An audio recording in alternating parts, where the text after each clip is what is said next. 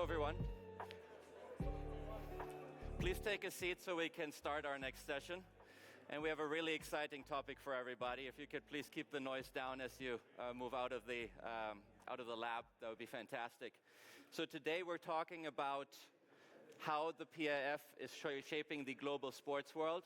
And we have a fantastic panel for you with leaders in sports from all around the world, talking about what the PIF is doing to really shape the future of global sports. So with this, I'd like to welcome Faraz Sharif from the PIF. He's the Senior Director for Sports. Please have a seat. I'd love to invite Nicola Maisto, co-CEO of ESL Faceit Group. I welcome to the stage Danny Townsend of SURJ Sports, the CEO. Big fan base. Brian Ward, the CEO of Savvy Games Group. And our special guest, Mark Gannis of Sports Group, the managing partner and founder. Welcome, gentlemen. Thank you. Before we start, just a quick announcement on my end, as we are all deploying capital into the world of sports and see obviously a mega trend in the industry at the moment. I'm the Chief Investment Officer at Lead Sports. We invest in sports and health technology, and I'm here to do a world-first announcement. So we just announced a fund called Locker Room. It's by invitation only, and we've brought together some of the greatest athletes in the world. We will announce them step by step, but two of them I'm allowed to announce today, and they are Brooks Koepka and Harry Kane. So you'll be hearing more about it, but it's a good sign that more and more capital is flowing into the sports world. But for us, let's start with you, please. Welcome. Can you tell us a little bit more about the mandate of the PIF? Why are you interested in sports?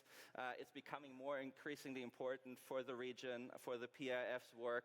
How come this is so important to you, and how are you executing the strategy? Perfect. Thank you very much for this, and very happy to be on this panel.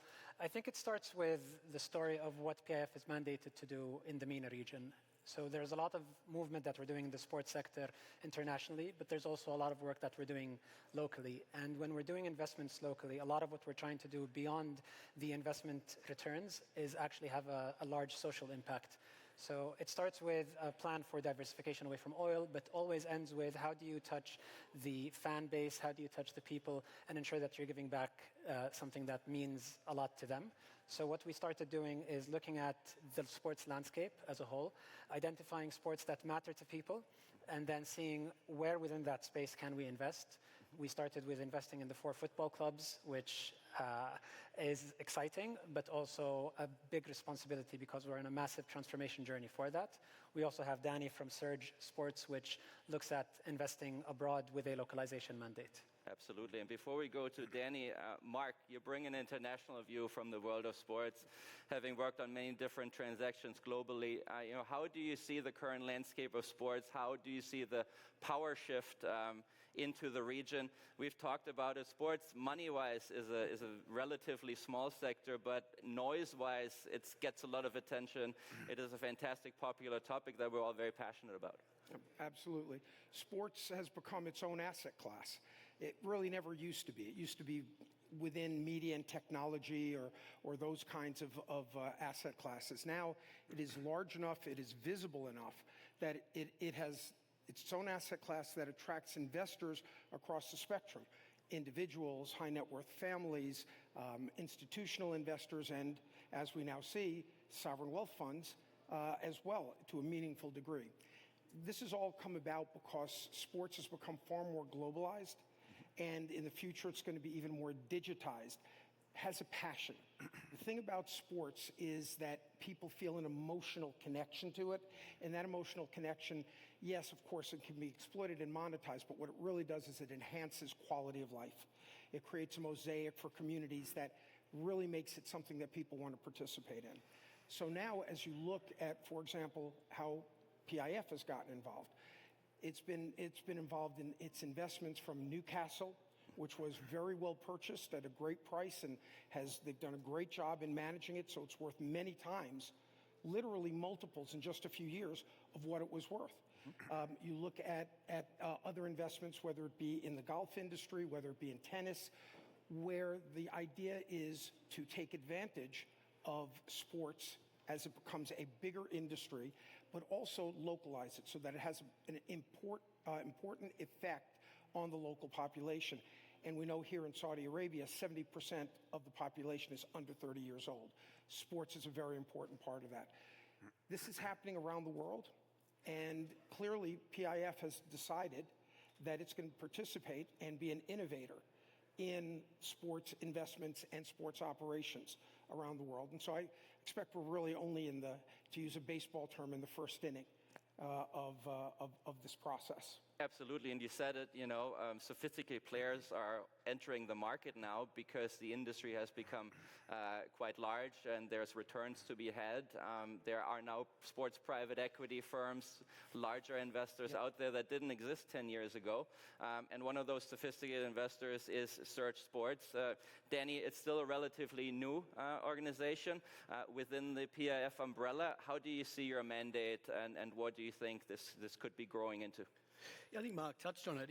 Our mandate is a really interesting one and probably a little bit different to the way most institutional investors think about sports, because we do have the mandate to sort of deploy the PIF capital into the sector for returns, but importantly, we've got a role to play in driving the sports economy here in Saudi Arabia, and that's pretty unique. There's not many investors around the world in the sports sector that have that dual mandate, and an exciting one given the nascency of where it's at and the capacity and the conviction for the kingdom to achieve what it wants to achieve, both domestically here, but importantly, having an impact on the global sports landscape. And I think when we think about those type of investments, for us, it's about being transformative and leaving a mark on that sport, and then taking that sport and really driving something back into the kingdom that is unique and really pushes into His Royal Highness's Vision 2030 and achieving all those goals. Fantastic, and hopefully you can squeeze out a little bit more information on where we think this is going in my follow-up question a little bit later. But Brian, thank you for joining us. Running Savvy Games Group has been an interesting task. You have built a large portfolio of relevant, well-known players in the industry. Nicolo's company, ESL Faceit Group being one of them. You're rising to esports leadership globally, given your size of the portfolio. Can you maybe tell us a little bit about it? Are you building a monopoly here? No. We have about a 40% market share, I would say, worldwide in esports, covering live events, broadcast production of those live events, and online tournament play, thanks to the best acquisition we ever made in Faceit. No, our thesis coming into it was a very fragmented space. We knew there would be consolidation. There were a lot of small players. Nobody was profitable. And we thought if we could deploy capital with a long-term time horizon, thanks to the very patient capital nature of the PIF's mandate, that we could make different strategic decisions than shorter-term players or players with shorter-term time horizons, and that we could improve the economics of the industry overall in esports. And I think we've started to prove that already. I think players on both sides of the equation see more stability in the sector. Publishers see that there's more stability to it, and therefore they're able to grant longer-term licenses for their IP. And on the other side, advertisers and sponsors are granting longer-term agreements and at better economics. So it is already starting to improve, and then the mega events such as the eSports World Cup are contributing to greater profile overall for the sector. Yeah, the eSports World Cup was a great success here in the kingdom over multiple weeks with a global audience. It was really nice to see. Really one of the first mega events in the industry that is coming out of kind of the startup phase and becoming a mature industry. And Nick, you've been at that forefront very early on, even when ESL Faceit Group was not part of the Savvy Games and PIF umbrella. But since you became part of this portfolio, how has this changed your job for you, and how has it changed the mandate and the trajectory for ESL Faceit? It made everything easier. In a certain I doubt that very much, actually. It did in a certain sense. I mean, the investment was very much a visionary investment. If you look at where the industry was 4 years ago, I mean, I joke saying that 12 years ago when we started the company, I would have said, I'm working in esports, and people would have asked me what esports is. So it's, and 3 years ago was obviously more advanced, but still the investment made 3 years ago was very much visionary, and it allowed us to do two things. On one side, it really allowed us to build capabilities that are quite unique in the company. So the ability to support something like eSports World Cup, you've seen it. It's 8 weeks in a row. It's over 20 game titles. It's the largest tournament around, hundreds of millions of hours watched. There are not many companies. I'd actually say that we're the only company that is able to support something similar at that intensity, while at the same time doing something like IEM Köln on the other side of the world in Germany that attracts millions of eyeballs. So it's an infrastructure that you build that takes a long time and a lot of money. So connecting back to the monopoly, I don't think it's about a monopoly. You have many different companies in esports nowadays, but you have one company that was lucky or good enough to get an investment from PIF and Savvy of a size and on a time frame that allowed to build that infrastructure. And that is quite unique. Understood. So you're basically building infrastructure not just for Savvy Games and for ESL Face It, but something that can uplift the industry as a whole, so to speak, which makes everybody better and allows you to grow. For us, quick personal question. Are you passionate about sports? Do you like any sports to watch or play any sports yourself? I'm definitely a big sports fan. I grew up playing basketball, which was not very popular in Saudi, so it meant that I was ahead of the curve or above average. But when I went to university, I wasn't nowhere near the level I thought I was at. Fantastic. Yeah, but it's obviously a great global sport, and who knows what we will see here in the region in the future. But to that point, the value chain in sports is a quite complex one, right? You have different stakeholders with different interests. You talk about fan engagement technology. You talk about interest in investment in sports IP, which Danny is focused on, esports and gaming, sports franchises, what Mark is focused on a lot. So how do you make sense of that? What particular interests you within that value chain? Okay. Part of what we try to do is, first of all, we take the macro view of the sports sector, starting from the sports strategy that's been put in place by the Ministry of Sports, where they've identified not only priority sports for them and for the nation, but also the sports that would make sense for us to look at from a participation perspective, but also the sports that could get converted into participating at a competitive level, that can get converted into media eyeballs, like my colleagues have said, that can then be investable. So if you look at that entire value chain and you start looking at the infrastructure that you touched on and the software that you need to bring into that infrastructure, you'll find that there are specific sports that are just beautiful opportunities waiting for you to either consolidate at the global level and then work with our partners at SURJ to bring to Saudi, or investments that can happen in Saudi that just needed that uplift and that PIF powerhouse behind it. Absolutely, and there's a whole infrastructure, there's a mass participation element to it as well. You were talking about the young population here that wants to be active and play basketball and football and all the other sports. But Mark, let's talk about the fun topics on top of that, the big name, the headlines, right? You have Neymar, you have Ronaldo joining the SPL, you have the likes of Bryson DeChambeau and Brooks Koepka joining the Live Golf League, and so on and so forth. All the star power that's coming, that's grabbing the headlines everybody's talking about. How do you see this? Is this enough to build a sustainable ecosystem? What do you think needs to be done in order to build something that is still growing 10, 20 years from now? It's not enough to build a sustainable ecosystem. Recognize that a lot of the sports industry is actually leasing the content rather than owning the content. You really want to be on the ownership side of the content where you can be. Intellectual property, teams, the logos, trademarks, broadcast rights, things of that nature. Those things all they're all part of what goes into a successful sports ecosystem. In a place like here in Saudi Arabia, you also need to build infrastructure. The stadiums, the training facilities, those all need to be part of the process. That's the same around the world. It almost doesn't matter, you're in a city that has a great stadium, 20 years later it needs another one, or it needs a major renovation. So you have to try and stay ahead of the curve, and technology has really upped the game for everybody. I mean, you look at some of these stadiums these days, and they're spectacular buildings, and fans come to expect it.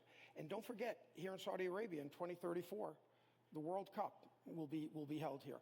I expect that the facilities that will be built first are going to wow everybody, but I think that you'll find that they're going to be built in such a manner that they can sustain a sport, the soccer league, the football league thereafter, and other events that would take place. That all has to be thought through in advance, or it becomes a lot of wasted money, as people who've hosted the Olympics have learned. So all of these things need to be, it needs to be intelligent. Capital is only one aspect to the sports industry. You have to have capital intelligence. You have to know what's going to happen, not just what has happened. The stars bring the attention, but that's temporary for the individual stars. They always rotate. There used to be Pele, then and it just keeps going. One group after another. Golfers the same way. That's where ownership really comes into play. Yeah, makes sense. And you touched on some of the infrastructure in the stadiums that are being built. For those of you that haven't seen it, some of those renderings have now been publicized, and I encourage you to go check that out, because some of those stadiums look so futuristic and advanced, they might be out of a video game, but they will become reality and really uplift the fan experience. But along with that, obviously, comes IP. A lot of events are coming here, right? They're being leveraged. I see MMA fights with the PFL that you have invested in. We have seen boxing fights. We have seen Formula One races, international golf tournaments, and so on and so forth. So as an investor, Danny, you obviously want to participate in this, right? You want to derive an ROI about it. How do you think about this from a SURJ perspective? Are you operating like a fund, or how do you do this?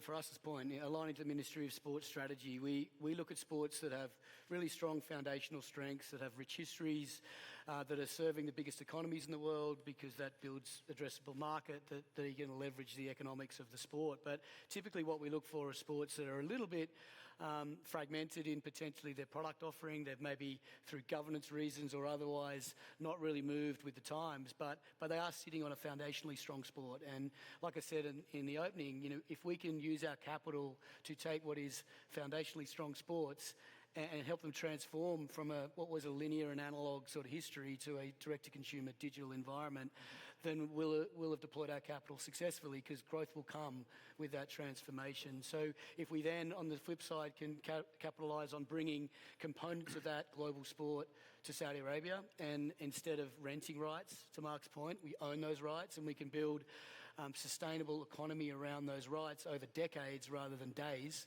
I think it's natural for any country that's emerging to need to rent rights, because that creates inspiration, that gets people moving and really engaging in sports. And I think the Ministry of Sport and the General Entertainment Authority have done a fantastic job doing that, bringing major events here. But in time, you want to build sustainability, and that takes investment, and that's our role. And we work with that sort of ecosystem to ensure we're making great investments, but achieving some pretty important goals for the country. Exactly, and we'll hear more about this as you are, I think, busy working on a few things that will be announced time over time. But Brian, you were the founding CEO of Savvy Games Group, have been here for over 3 years now. You come from a background of video game royalty, so to speak, the Activision Blizzards of the world, the eSports of the world. Do you play any video games yourself? Still do have played? That's a great question. I was a wicked Space Invaders player back in the 80s. And then I was pretty good at Doom 3 and Need for Speed and a few others. But my favorite game on my phone for just relaxation and turning off is still Tri-Peak Solitaire. So very boring, I'm afraid. Excellent, and I'm sure some of you have played that at your... Excellent. Yeah, but following up with another question for you, Brian. As a leader in the industry, how do you think about the next 5 years and Savvy's role in this looking ahead? Like, where's the esports industry going? Obviously, tremendous growth. And is that accelerating? What is happening? I think it is. I think we're at a certain inflection point in esports. I think some of the mega events, Gamers 8, Esports World Cup, have helped bring a sustained and renewed focus on the sector. I think there is more stability in the sector, as we mentioned before. The inaugural Olympic esports will be held next year, ostensibly, and that is yet another milestone, huge milestone, really, for esports to be an official. This is the first official Olympic addition to their events calendar, really, since the Winter Olympics were added in 1924. So a pretty big opportunity, and the economics of the sector continue to improve. And I think if we continue to broaden the appeal of eSports beyond very niche gamers and eSports enthusiasts. We'll begin to see monetization begin to match the levels of engagement, which approach those of traditional sports in many metrics, and then we'll see a really long-term bright future for the sector. Excellent. Yeah, and Nick, you travel quite a bit as part of your role to all the esports hubs in the world where you're building that infrastructure you're talking about. Do you have time to follow or play any sports yourself? Oh, I try every now and then. I have to say, I used to play a lot of PUBG, League of Legends, I mean, you name it. Any of the titles that we work on, I played. My wife has been trying to convert. I tried to convert her into one of these. Didn't really work out, so she converted me into this Italian card game called the Burraco, which I play every now and then. But whenever I manage to hide, I play some esports games too. Exactly. No, fantastic. And about back to work now for you as well. You were talking about building an infrastructure, right? The picks and shovels of your business.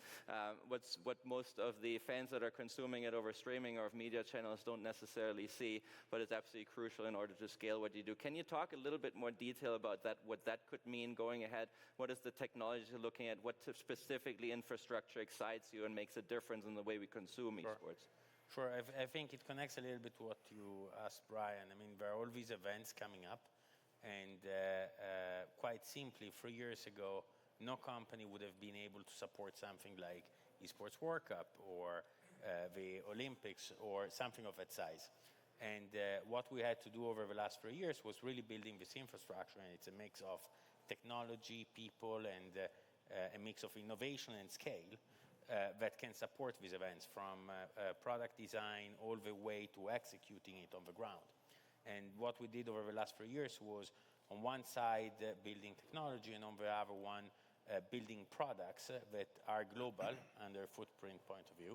So if you look at the events we do, we basically operate everywhere but maybe China, where we work with the SPO, our partners locally. And that basically attract eyeballs all over the globe. And ultimately what it allows us to do is to work with all these different game publishers and offer brands a product that is unique. It's unique because it's live every day. We have events basically every week nowadays. And it's unique because of a connection we managed to get with all of these consumers. And given that quick follow-up question, given that infrastructure was really on a world showcase at the eSports World Cup most recently, what was the feedback you've heard as part of that event? Oh, I think eSports World Cup was definitely one of the most complex, if not the most complex event we ever delivered. And feedback, as far as I know, has been good. I mean, you've been there yourself, so hopefully you can vouch. Yes. But I think quite a unique event, and for anyone that happens to be here in Saudi in July or August, I strongly recommend to go over. Exactly, and it takes place at night, so you don't have to stay out in the sun and enjoy the July weather here in the kingdom. It's inside too, right? Exactly. So we have air conditioning, thankfully. Fantastic, fantastic. So for us, let's look ahead from a general standpoint for the PIF, right? We're talking about patient capital. Brian mentioned it, Danny mentioned it, that you're bringing to the table to really have a long-term vision to build into the sports sector. What does long-term success for you look like? What are you looking for? How do you measure it? I'm going to take it from a very humanistic approach. And if I think about my kids today and the job opportunities that they're going to have in the future, are job opportunities in a space that didn't exist when I was growing up. The only way I could have interacted with the sport was either watching it as a consumer or playing it in my backyard. Today, what we're trying to do is do it sustainably, like everyone said here, and introducing all of the different levers in place to make sure that there is enough space for people to actually professionalize in sport, whether it is anywhere on the value chain. You're talking medicine, you're talking events, or you're talking even as athletes. Yeah, fantastic. And then from a global view again, Mark, how do you see this developing with the ambitions of the PIF? You know, this is a sector that for the longest time hasn't seen much innovation, right?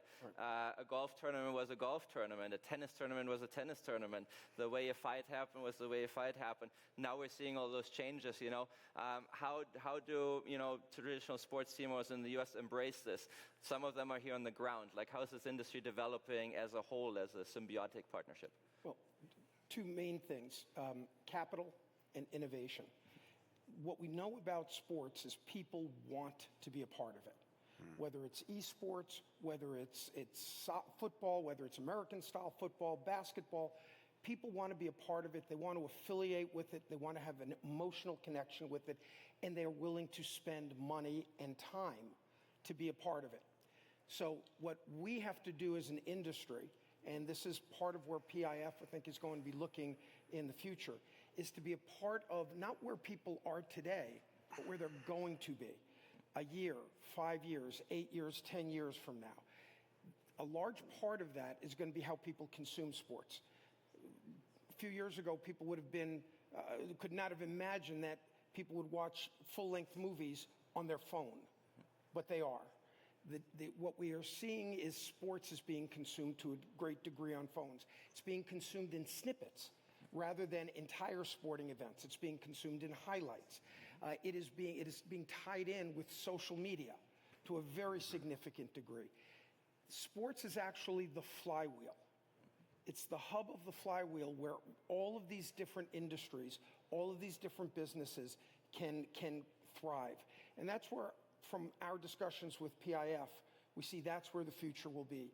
To a significant degree here in the kingdom, but also getting involved globally, being a leader on a global basis, both with investment, innovation, patience, and nurturing, which is also necessary as we go forward. So this is a very exciting time in our industry, and quite frankly, an exciting time at PIF with this focus as well. And do you see that this is becoming a power center of sports here now compared to what we've seen in Europe and in North America? You know, that's a great point and great question there. Global sports, the center of gravity, the beginning of the 20th century was in Europe. After World War II, it shifted to North America, the United States. We saw in the beginning of the 21st century, the center of gravity moved to Asia. And now what we're seeing is the center of gravity of global sports is moving to the Middle East. All the pieces are in place. It's infrastructure is needed. Tourism industries want to be built up. You want to have the people happy and healthy, especially the younger people, and have them engaged. Capital is available. Leadership is available. So what we are seeing is a shift in the center of gravity of global sports to the Middle East, whether that is eSports, whether that is the World Cup, the Winter Asian Games will be here shortly. We're seeing, and all of the Formula One races that take place here in the Middle East. And that is a mega trend. That is something that we're all paying attention to in the United States and Europe, wherever it might be. It's a mega trend, and it's one that really is going to, I think, change to a significant degree sports in this entire region. And we agree at LEAD, by the way, and we're making a lot of investments in the space as well, that the next 10 years for sure, more likely the next 20 to 30 years are going to follow a mega trend in the world of sports. But with just a few minutes left, Danny, you are now the new player in the ecosystem. You're deploying capital. You've been very vocal about that you understand valuation and value, so you're not going to overpay for some assets that are being put forward. But how do you look at it? How do you show up in negotiations and really represent where you find the value play? And do you see significant upside for companies like SURJ? Yeah, I talked to our thesis around taking foundationally strong sports that may need a helping hand in pushing them down that innovation path that Mark touched on. You know, the sports industry as a whole has relied on linear analog revenues for a long time to drive returns. That's changing. You know, the tier one sports in the world will continue to garner significant rights fees from major broadcasters, but that's going to change for tier two sports, and they're going to need to innovate. They're going to need to understand their customer better than ever before. They're going to need to connect directly with them through digital means and understanding data and all those things. And that sort of transformation takes, I often say, time, sophistication and money. And unfortunately, the sports industry doesn't often have one of those three things, let alone all three. And I think the institutional capital coming to sport is not because the institutions have woken up and said, oh, sport's a great asset class. I think it's sport understanding the need to change, the need to raise capital and deploy it effectively to ensure that they are serving today's and future's consumers that they may have had to not worry too much about before. And therefore, if our capital can be deployed to bridge that gap from analog to digital, and have a successful impact on the future of that sport, then I think that's a pretty exciting place to be right now. 100%, yeah. And again, you're ready to look at a few deals, and we'll get those announcements as they come. Quick one for you, Brian. Obviously, esports is the sector a lot of people talk about, but you also play within the greater ecosystem of just gaming. And for those of you who don't know, the gaming industry is larger than the music, television, and movie industry combined. So it's a major industry as well. Very mature. Do you still see upside outside of esports, which is highly scaling, just in the gaming industry as well? Oh, totally. I mean, we've been talking about this now for more than 30 years, and the growth and compounded annual growth rate has been astonishing. When I started, we used to dream about being bigger than the music guys. Now we're about 7 times bigger than the music guys. There are, the truth is there are 3.4 billion gamers on the planet. There are people who play games every week. And about 200 million of them own consoles, and the rest of them are on their mobile phones. And the smartphone has been largely responsible for a tremendous amount of growth, especially in the casual game segment of our business.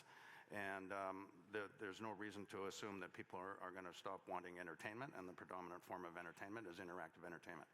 Excellent. And the benefit of having a German moderator is that we finish right on time. Time is obviously very important, but no, thank you to our panelists today. I think we got a great glimpse into what's happening in the world of sports here in the Kingdom and beyond, and the role that PIF is taking and becoming. Again, there will be more news, there will be more panels happening. We see a full room here, and hopefully for those listening at home. So thank you, gentlemen, and enjoy. Looking forward to what's next.